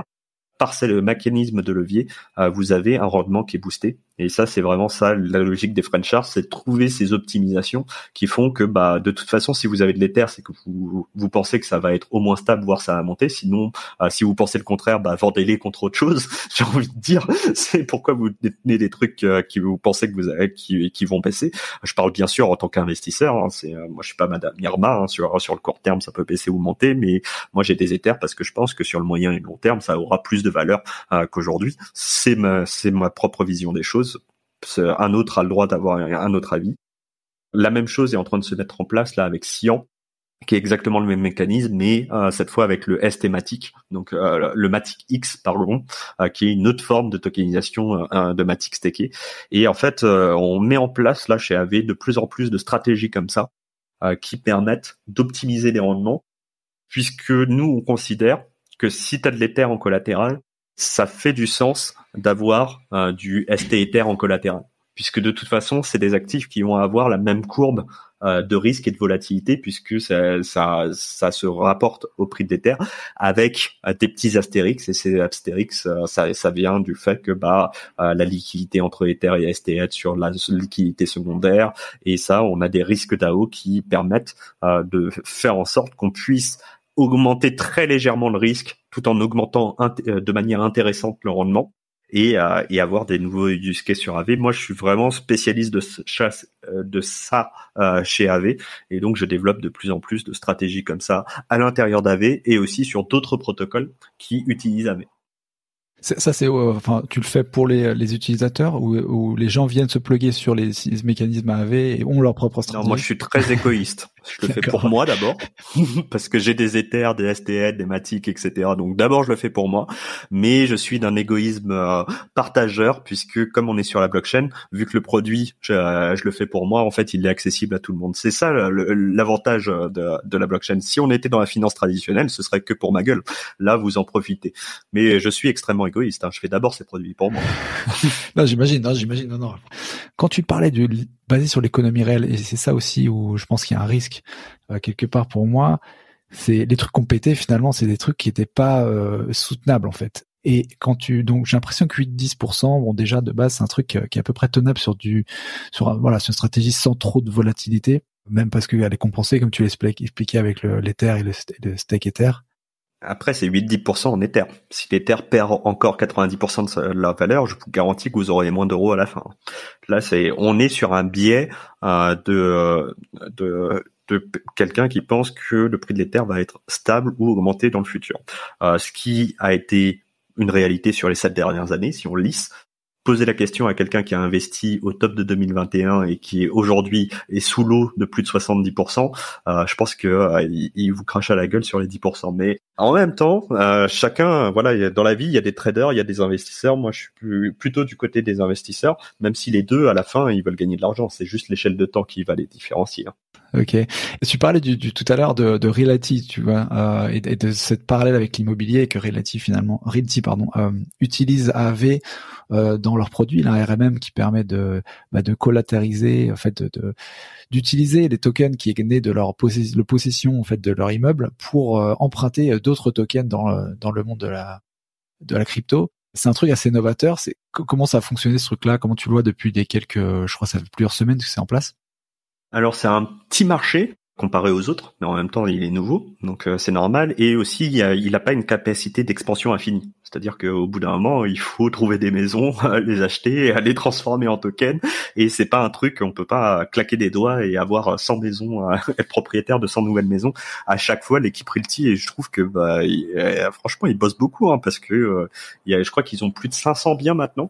Que ça commence à prendre de l'ampleur pour plus de 50 millions de dollars, enfin c'est pas mal, ça commence à prendre de l'ampleur leur truc. Bon, c'est pas scalable de manière infinie, au bout d'un moment. Enfin, on peut pas, si on veut garder de la qualité et de la sécurité pour l'investisseur, il faut quand même avoir cette curation entre les biens qu'ils achètent et qu'ils proposent à leurs clients. Donc c'est pas un truc qui grossira du jour au lendemain, qui va devenir un truc à 10 milliards de dollars dans l'année. Mais c'est pas grave, il faut ils sont sur leur marché, ils le font très bien et je pense qu'ils sont assez satisfaits de ce qu'ils font. Mais ce qui est bien sur la blockchain, c'est que quand j'ai pas le chiffre, je peux aller le chercher. Donc le site c'est rmm.realtoken.network. Ils sont leur marché est à 7,8 millions de dollars. C'est-à-dire qu'il y a une part quand même sur 40 ou 50 millions de valeur des biens, sachant que tous les biens sont pas sur AV et ils ont pas tokenisé tous les biens et ajouté sur AV. Ça fait quand même un ratio qui est plutôt intéressant, par rapport à 7 millions sur 50 millions potentiels, et il y a probablement que la moitié. C'est plutôt intéressant. Et du coup, ces biens-là, ils sont déposés, ils permettent d'emprunter du XDAI puisqu'ils sont sur la Gnosis Chain. Si vous nous écoutez depuis un pays francophone de type européen, vous avez accès à Mon Pèlerin, qui vous convertira vos XDAI directement en euros. Alors c'est pas de la pub pour eux, mais c'est juste que c'est la plateforme la plus efficiente pour faire ça aujourd'hui. Et vous pouvez emprunter à 4,2% les XDAI, donc c'est un petit peu plus élevé que sur les autres marchés. Ça c'est parce que la liquidité est peut-être un petit peu moins grande, mais ce qui est bien, c'est que du coup ça rapporte plus de déposer du XDAI chez eux que de déposer sur les autres marchés AV. Et vous avez jusqu'à 50% de la valeur de vos biens qui sont utilisables comme collatéral pour faire là du coup un vrai crédit lombard, puisque vous utilisez de l'immobilier pour emprunter des actifs. Et ça fonctionne plutôt bien. Moi je l'utilise personnellement pour faire du levier, c'est-à-dire que j'utilise les tokens de maison que j'ai, et quand j'en achète quand j'en achète 3, parce que 2 ça ferait un levier qui est un petit peu trop proche du prix de liquidation pour mon goût. Quand j'en achète 3, j'emprunte de quoi en acheter un autre, donc j'en ai 4. Et donc je fais ça par paquet. Après c'est ma manière de faire les choses, puisque pour me faire liquider dans cette situation, il faudrait que l'immobilier perde la moitié de sa valeur. Ce qui peut arriver, je pense que surtout aux États-Unis, je pense que les gens qui ont encore le stress post-traumatique de 2008 se rappellent que dans certains cas, c'est tombé très très fort et ça a fait très très mal. Donc le risque zéro n'existe pas, mais je considère que dans l'immobilier, ça peut baisser, mais généralement ça pèse pas de la moitié de la valeur. Carrément, t'as un collatéral 150%, ça va quoi, t'es quand même pas mal. Et tu connais d'autres est-ce que dans la finance, même perso, parce que j'ai l'impression que ça va devenir de plus en plus en fait la crypto dans nos finances perso, est-ce que tu vois d'autres ponts aussi possibles, de manière que amener toutes les vertus de la DeFi dans nos façons d'utiliser les comptes, parce qu'on est encore aux prises aujourd'hui en France aux banques finalement? Moi, je pense qu'il y a deux secteurs de la finance traditionnelle qui ont besoin de la crypto, mais peut-être qu'ils ne sont pas encore au courant. En termes d'efficacité, le premier, c'est un gros marché startup, c'est le crowdlending. Aujourd'hui, il y a des entreprises. Alors, je me souviens pas des noms, ils se font tout le temps racheter entre eux, mais je me souviens que il y a une décennie, j'avais prêté à une entreprise genre quelques peut-être 150 euros ou un truc comme ça, un truc d'étudiant, et ça me rapportait 6% et j'étais trop content en mensualité. Et en fait, c'est des entreprises qui vont chercher des emprunts en crowdlending et généralement, toi, ça te rapporte 6%, mais avec les frais de dossier et tout, ça leur coûte au moins 10%. Clairement, ce serait plus efficace dans la DeFi de faire ça, du crowdlending. Donc, les entreprises qui vont faire de l'émission obligataire en tokenisé pour avoir des fonds des particuliers ou d'entités, en tout cas sur la blockchain. Je pense que ça leur coûterait beaucoup moins cher de monter les dossiers et ce serait beaucoup plus efficace, et que sur 100 euros mis à disposition, ils auraient tellement beaucoup moins de frais, ils auraient pas à tout partager avec un intermédiaire. Il y a beaucoup d'intermédiaires là-dessus. Le deuxième truc, c'est l'affacturage aussi dans le monde de l'entreprise. Aujourd'hui, c'est un énorme marché qui est mal connu des Français, mais aujourd'hui, par exemple, si vous travaillez pour l'État, le faites pas, hein, c'est le pire client du monde. Ceux qui nous écoutent et qui ont déjà travaillé pour l'État savent de quoi je parle, c'est-à-dire qu'ils vous font des paiements à 90 jours, mais en vrai, ils vous payent entre 6 à 9 mois après, si vous oubliez pas de vous payer, et si l'élu qui a signé votre bon de commande s'est pas fait virer dans la prochaine élection. Enfin bref, je pense qu'il y a des gens qui nous écoutent qui se retrouveront dans mes propos, hein. En tout cas, je les assume. Et en gros, quand on est une entreprise, généralement, on a quand même des coûts, il faut payer des fournisseurs, c'est plutôt bien d'être payé. Et généralement, ce qu'on va faire quand on a ce type de contrat-là, c'est qu'on va voir une banque et qu'on dit, voilà, j'ai un contrat de 50 000 euros avec la commune de machin. J'ai besoin de cash maintenant, donc donnez-moi 45 000 euros, et quand le client va enfin me payer, je vous rendrai les 45 000 euros plus intérêt.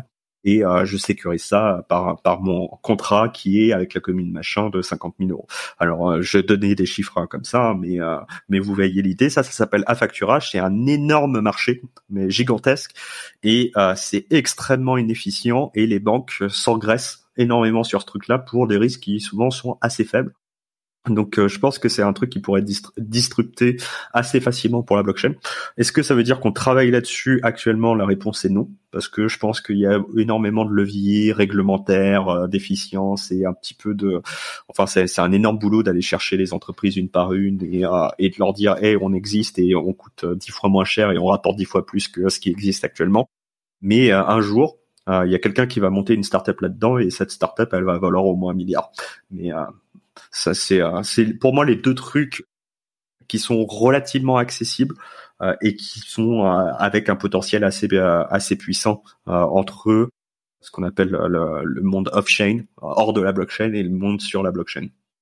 Ouais, effectivement, tout ce qui est vraiment scalable, où il y a du volume, où on va chercher de la transparence et de l'efficacité, d'immédiateté sur la transaction, savoir tracer traçabilité surtout. Ouais. Enfin, je comprends clairement pourquoi ces deux segments-là serait bien. Mais effectivement, il y a l'autre aspect aussi, c'est la volonté des gens de passer à ça, tu vois, des entreprises, et les frictions, les résistances aussi un petit peu. Moi, je suis patron de plusieurs PME. Je peux te dire que à chaque fois que j'ai parlé à une banque, j'avais envie de mettre le feu à l'agence. Clairement, pour moi, il y a aucune photo, hein. C'est entre parler à un smart contract et parler à la conseillère du BNP. J'ai jamais été à la BNP, hein. J'ai pris cet exemple-là parce que j'ai jamais été avec eux, hein. J'ai rien contre eux, mais clairement, je préfère parler à un smart contract, hein, personnellement. Après, chacun qui nous écoute peut avoir sa propre opinion, mais l'essayer, c'est plus jamais revenir en arrière. Ouais. Et alors justement, ça me donne une transition sur ton nouveau rôle auprès de l'ADAN, en fait, des premières discussions que tu as eues, et peut-être ce qu'on peut voir de le cadre réglementaire, ou comment, est-ce que c'est des discussions avec le gouvernement qui sont fructueuses, ou qu'est-ce que tu vois venir de ces collaborations, peut-être, ou du moins des recherches d'influence ou d'intérêt de la part de nos politiques sur ces sujets-là, quoi. Alors c'est difficile de parler de politique sans parler de politique, mais on va essayer d'éviter le champ de mine, tu vois, c'est danser un petit peu la valse dans un champ de mine, et on va éviter, bien sûr, ceux qui nous écoutez, vous avez le droit de voter ce que vous voulez, ça nous intéresse pas, et on n'est pas sur un éditoriat politique, vous pouvez allumer votre télé si ça vous intéresse, c'est pas le sujet aujourd'hui. Donc on va parler des politiques, mais on va essayer d'éviter le sujet politique. Ce qui se passe, donc l'ADAN, c'est Je sais que le mot est un petit peu décrié en France, ça fait peur, mais aux États-Unis, il est bien accepté pour ce qu'il est. L'ADAN, c'est un lobby des représentants des acteurs des actifs numériques, lobby ou groupement d'intérêts qui va pousser un peu l'agenda des acteurs du numérique en France par rapport aux institutions françaises et européennes, puisque la France fait partie d'un grand tout qui s'appelle l'Union européenne, et du coup tout ce qui est réglementaire, législatif et même fiscal sur certains points, ça doit se jouer sur les deux tableaux, le tableau national et le tableau supranational qui est l'Union européenne. Et du coup l'ADAN va avoir ses interlocuteurs au gouvernement et au niveau européen pour essayer de pousser plus de clarté, plus d'efficience et moins de friction pour les acteurs du numérique. Donc ça se fait sur plusieurs volets. Le premier volet, c'est déjà les banques. Les banques commerciales en France font un boycott tacite sur les acteurs de l'écosystème. Si demain vous montez, et peut-être certains qui nous écoutent se reconnaîtront là-dedans, vous essayez de monter une entreprise, une start-up dans le domaine de la blockchain, vous marquez le mot blockchain dans vos statuts, vous apportez ça à n'importe quelle banque, bizarrement, ils vont pas vous ouvrir votre compte.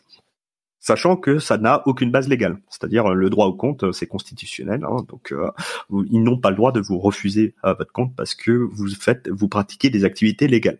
C'est-à-dire que si la blockchain ça devenait illégal demain, effectivement, ce serait justifié, mais aujourd'hui, c'est pas illégal, loin de là.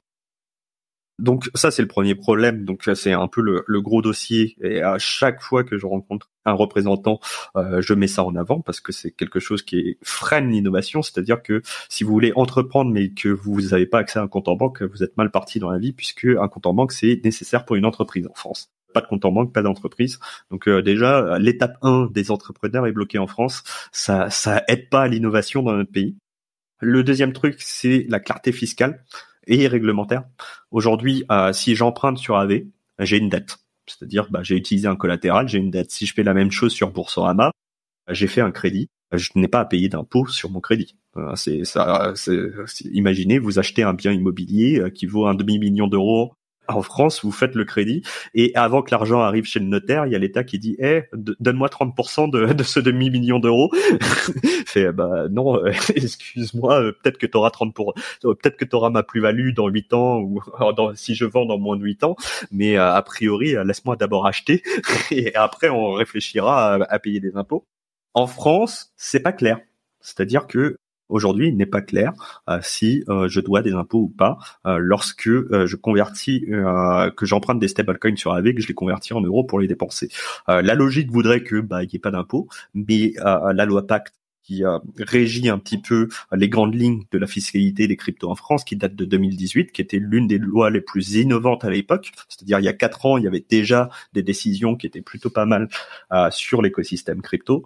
Et aujourd'hui, pas adapté, puisqu'en 2018, il n'y avait pas de stablecoin, il n'y avait pas de DeFi, il n'y avait pas 1% de ce qu'il y a aujourd'hui, ce qui est bien, parce que ça prouve qu'on est un écosystème innovant, qui a des nouveaux cas d'usage, mais ça prouve aussi qu'il faut faire évoluer le cadre réglementaire pour que ce soit pas finalement à l'appréciation de votre contrôleur fiscal, c'est-à-dire qu'il y ait des règles qui soient simples. Je suis pas de ceux qui disent il faut 0 d'impôt, parce que il y a aussi des services publics, il faut contribuer à notre nation, etc.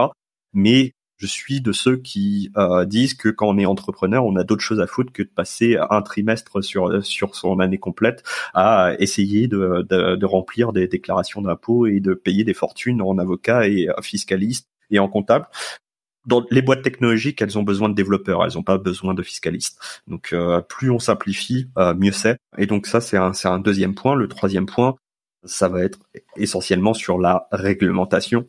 Quels sont les statuts qui régissent les tokens? Quels sont les statuts qui régissent le mining, le staking? Et ça, c'est pas que la charte fiscale, c'est vraiment donner des statuts à ces choses-là, notamment SECO-NDAO, parce qu'aujourd'hui, ça n'a pas d'existence réglementaire. Donc c'est un objet, c'est un ovni juridique, une DAO. Donc ça c'est aussi parmi les choses qu'on met à l'agenda. Donc le gouvernement actuel, et là je ne fais pas de politique, si vous avez voté pour ce gouvernement, tant mieux pour vous. Si vous n'avez pas voté pour ce gouvernement, tant mieux pour vous aussi. Et vous exercez vos droits comme vous le souhaitez. Mais ce gouvernement est en train d'effectuer un virage à 180 degrés de manière très lente, mais qui commence à se remarquer entre il y a quelques années, puisque ce gouvernement est issu d'un gouvernement précédent, c'est-à-dire il y a des têtes qui sont quand même assez en commun par rapport au gouvernement précédent. entre l'hostilité assez franche, pour être honnête, vers le soutien à l'innovation assez franc. Donc c'est plutôt quelque chose qui est bien accueilli, où on a des personnalités comme Bruno Le Maire, ministre de l'économie, qui était au même poste il y a quelques années aussi, qui avait fait plusieurs déclarations assez violentes contre les cryptos, notamment le Bitcoin, qui a fait des déclarations beaucoup plus ouvertes récemment sur l'écosystème, notamment par le biais de son ministre délégué à la transition numérique et aux télécommunications, Jean-Noël Barrot, que nous avons rencontré la semaine dernière, qui s'est montré très ouvert à la question, très curieux. Et aujourd'hui, là où on en est, c'est que le gouvernement, par le biais de ce ministre délégué, collecte de l'information sur l'écosystème, rencontre les acteurs et vraiment a fait ce travail de recherche en collaboration avec la DAN de qui sont les acteurs de l'écosystème pour pouvoir avoir les doléances, je vais appeler ça comme ça, de l'écosystème sur ce qui marche et surtout ce qui marche pas, parce que nous, en tant que groupement d'intérêt, on met en avant ce qui marche pas pour essayer d'avoir du mieux pour les entrepreneurs et les utilisateurs en France, pour produire un rapport. Et ce rapport sera la base de mouvements législatifs dans le futur. Le truc qui me rassure, et là encore, ce n'est pas de la politique, le truc qui me rassure, c'est que le gouvernement actuel, que ce soit d'un point de vue de l'élection présidentielle et de législative, normalement, ils ont quelques années pour gouverner et qu'il y a peu de risques que dans 6 mois, il y ait une élection qui mette à terre tous les efforts qui sont fournis en ce moment. Donc ça, c'est la partie, entre guillemets, optimiste. L'autre partie, c'est que ce sont des politiques et que il faut un travail constant et on peut pas dire oui, j'ai rencontré le ministre une fois, c'est génial, tout va changer et c'est la révolution et les lendemains qui chantent et le temps des cerises. Ouais, parce qu'effectivement le timing en politique est loin d'être le même que le timing en crypto où ça, c'est évident quoi, c'est deux mondes complètement. Mais on saluera quand même que le ministre a reconnu et de manière assez franche, et il y a quand même un consensus du côté politique que les efforts qui ont été fournis en 2018 sont devenus insuffisants du fait de l'évolution de l'écosystème, et du coup il faut faire quelque chose. Et déjà ça c'est pas mal, hein. C'est déjà un bon départ. C'est une certaine ouverture pour bien démarrer la conversation, ouais, c'est clair. En tout cas. Non, c'est cool. Écoute, super. On arrive sur la fin un petit peu parce qu'on a dépassé un peu le temps Je suis bavard, désolé. Pour ton temps. Non, mais c'est extraordinaire. Non, c'est super. C'est vraiment très très intéressant. Et alors, je voulais, pour terminer un petit peu cette séquence, te demander peut-être si tu avais, toi, des personnes qui nous écoutent et qui sont vraiment intéressées par le sujet, qui peut-être ont compris plus au travers de ton discours aujourd'hui. Où est-ce que tu pourrais les orienter pour aller chercher des ressources vraiment importantes pour leur compréhension du sujet, etc. Ça, c'est le moment où on fait ses devoirs. Alors, ceux qui me connaissent pas, c'est un peu ma catchphrase, mon slogan dans l'écosystème. Il faut faire ses devoirs. J'invite toujours les gens à faire leurs propres recherches, mais en même temps, c'est compliqué de dire ça parce que parfois, on sait même pas où aller faire ses devoirs. Il y a une ressource que je donnerais à tout le monde, même si elle commence à se faire vieille, donc les protocoles sont pas forcément très à jour. C'est CoinGecko qui a fait un bouquin qui a sur la DeFi. Il y a un volume 1 et 2 qui sont vraiment vraiment très accessibles là-dessus. Donc si c'est des choses qui vous intéressent, vous allez avoir tous les mécanismes. Alors vous aurez pas tous les derniers noms récents, mais en même temps c'est impossible d'écrire un bouquin sur la DeFi parce qu'entre le moment où on l'a commencé et le moment où on l'a terminé, il est déjà déboté. Mais ça c'est un peu la vie, hein. Quand on écrit sur les nouvelles technologies, c'est le risque qu'on prend. Il y a Comprendre les crypto-monnaies aussi, chez Larousse, qui a été écrit en partie par l'équipe de Cryptost, qui est très intéressant aussi. C'est clairement une recommandation de lecture. Vous allez le trouver à la Fnac, hein. Je gagne pas d'argent si vous l'achetez, hein. C'est simplement que c'est plutôt pas mal. Ensuite, dans les ressources, moi je pense que sur l'écosystème, vous avez Cryptost qui est, je pense, le média crypto le plus qualitatif et accessible. C'est-à-dire qu'il y a toujours une balance à faire entre très qualitatif mais parfois ultra technique, réservé un peu aux ingénieurs un peu barbus, et très accessible, mais en vrai l'information est pas d'une qualité incroyable. Ça va être l'influenceur TikTok moyen. Et entre les deux, il faut choisir un peu son camp. Moi, je pense que Cryptost, ils arrivent à être accessibles, mais en ayant une base de qualité qui est reconnaissable. Super. Je te remercie pour ça et ouais, je te rejoins là-dessus. Enfin, on a reçu Valentin ici d'ailleurs et c'était vraiment très informatif aussi. Donc ouais, c'est cool d'avoir tout ça, mais je connaissais pas les deux autres, donc on les mettra dans les liens de l'épisode. Et les gens qui veulent te rejoindre, du moins converser avec toi, si tu le souhaites. Allez pas sonner chez moi, hein. J'ai d'autres choses à foutre, j'ai une famille. Quelle est ton adresse, Marc? Je vous aime bien, hein. J'ai beaucoup d'affection pour vous, hein, que vous qui nous écoutez, mais bon, on va se limiter sur Internet, hein. Merci. Ouais, c'est ça. Non, plus sérieusement, je suis très actif sur Twitter. Je suis un compte anglophone. Parce que c'est comme ça. J'ai pas beaucoup de contenu francophone, mais voilà, sur Twitter c'est Leviskate, Mark Zeller. Je suis pas du tout actif sur LinkedIn. M'envoyez pas de messages là-bas, je les lis jamais. Par contre, avec mon compère Cryptomatrix tous les lundis, donc ce soir quand on enregistre l'émission, je sais pas quand elle sortira, on a une chaîne Twitch qui est la plus grosse chaîne Twitch crypto francophone, où on se retrouve tous les lundis pour analyser le marché, avoir des invités de l'écosystème et parler des nouveautés de l'écosystème. Vous êtes les bienvenus. Si vous voulez, passez nous voir sur Twitch. Et après, sinon sur YouTube, la chaîne Hunter the Cryptomatrix. Parfait. Non, ça donne vraiment envie. Je pense qu'il y aura des gens qui vont te découvrir pour la première fois là-bas. Donc, avec grand plaisir. Merci beaucoup encore pour ton temps, Marc. C'était super. Merci à toi de cette invitation. Et à bientôt. À bientôt. Salut.